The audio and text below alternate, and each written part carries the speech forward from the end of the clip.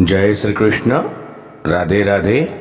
प्रिय आत्मीयजनों, श्री वल्लभ की प्रेरणा से प्रेरित होकर राधे सत्संग में आज हम देखेंगे अश्विन मास के शुक्ल पक्ष की पापाकुसा एकादशी के बारे में। लेकिन इससे पूर्व अगर आपने राधे सत्संग चैनल को सब्सक्राइब न किया तो कर लेना, जिससे आपको हर सत्संग की जानकारी नोटिफिकेशन से मिलती रहे। तो प्रियजनों, पापाकुसा एकादशी की सर्व वैष्णवों को खूब खूब बधाई हो, बधाई हो, बधाई हो। आश्विन मास के शुक्ल पक्ष की एकादशी, जिसे पापाकुसा एकादशी कहते हैं, इस एकादशी पर मनवांछित फल की प्राप्ति के लिए भगवान विष्णु की पूजा की जाती है। धर्म ग्रंथों के अनुसार जो मनुष्य कठिन से कठिन तपस्याओं के द्वारा फल प्राप्त करते हैं, वही फल हम इस एकादशी पर शेष नाग पर शयन करने वाले श्री विष्णु को नमस्कार करने से मिल जाते हैं और मनुष्य को यमलोक के दुख नहीं भोगने पड़ते। यह एकादशी के उपवासक के मातृपक्ष के 10 और पितृपक्ष के 10 पितरों को वैष्णव लोक लेकर जाती है। पापाकुसा एकादशी 1000 अश्वमेध और 100 सूर्य यज्ञ करने के समान फल प्रदान करती है। इस एकादशी व्रत के समान अन्य कोई व्रत नहीं है। इसके अतिरिक्त जो व्यक्ति इस एकादशी की रात्रि में जागरण करता है, उसे स्वर्ग का भागी बनता है। इस एकादशी के दिन दान करने से शुभ फलों की प्राप्ति होती है। श्रद्धालु भक्तों के लिए एकादशी के दिन व्रत करना प्रभु भक्ति के मार्ग में प्रगति करने का माध्यम बनता है।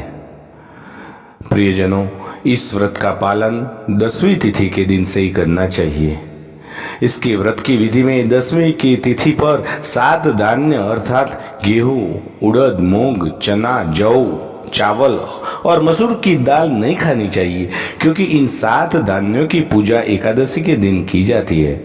जहां तक संभव हो 10वीं की तिथि और एकादशी की तिथि दोनों ही दिनों में कम से कम बोलना चाहिए।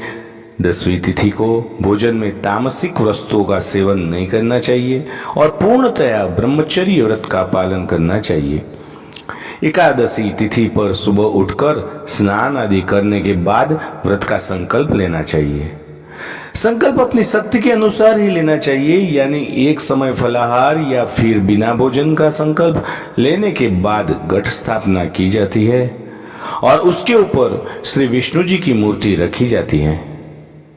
इसके साथ भगवान विष्णु का स्मरण एवं उनकी कथा का श्रवण किया जाता है। इस व्रत को करने वाले को विष्णु के सहस्र नाम का पाठ करना चाहिए। इस व्रत का समापन एकादशी की तिथि में नहीं होता, बल्कि द्वादशी की तिथि में प्रातः में ब्राह्मण को अन्नदान और दक्षिणा देने के बाद इस व्रत का समापन होता है। इसकी कथा इस प्रकार है कि प्राचीन समय में विंध्य पर्वत पर एक क्रोधन नामक बहेलिया रहता था। बड़ा क्रूर था। उसका सारा जीवन उसके पाप कर्मों में बीता। जब उसका अंत समय आया तो वह मृत्यु के भय से कंपित हुआ और महर्षि अंगिरा के आश्रम में पहुंचा। वहां पहुंचकर याचना करने लगा, हे ऋषिवर, मैंने जीवन भर पाप कर्म किए हैं, कृपा कर मुझे कोई ऐसा उपाय बताए जिससे मेरे सारे पाप मिट जाए और मोक्ष की प्राप्ति हो जाए। और उसके निवेदन पर महर्षि अंगिरा ने उसे पापाकुसा एकादशी का व्रत करने को कहा। महर्षि अंगिरा के कहे अनुसार उस बहेलिये ने पूर्ण श्रद्धा के साथ ये व्रत किया और किए गए सारे पापों से छुटकारा पा लिया। प्रियजनों, इसका महत्व देखें कि पापाकुसा एकादशी व्रत में यथासंभव दान दक्षिणा देनी चाहिए। पूर्ण श्रद्धा के साथ यह व्रत करने से समस्त पापों से छुटकारा प्राप्त होता है। शास्त्रों में एकादशी के दिन की महत्ता को पूर्ण रूप से प्रतिपादित किया गया है। इस दिन उपवास रखने से पुण्य फलों की प्राप्ति होती है। जो लोग पूर्ण रूप से उपवास नहीं कर सकते, उनके लिए मध्याह्न या संध्या काल में एक समय भोजन करने के एकादशी व्रत करके इस तरह से करने की आज्ञा की गई है।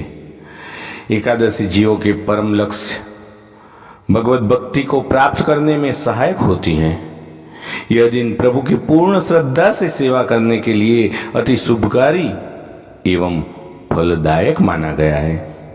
इस दिन व्यक्ति अपनी इच्छाओं से मुक्त होकर यदि शुद्ध मन से भगवान की भक्तिमयी सेवा करता है तो वह अवश्य ही प्रभु की कृपा पात्र बनता है। तो प्रियजनों, इस एकादशी की ये छोटी सी जानकारी के साथ आज के सत्संग को श्री वल्लभ के चरणों में समर्पित करके अत्र विराम दे। फिर मिलेंगे राधे सत्संग में नए सत्संग के साथ। जय श्री कृष्ण। राधे राधे।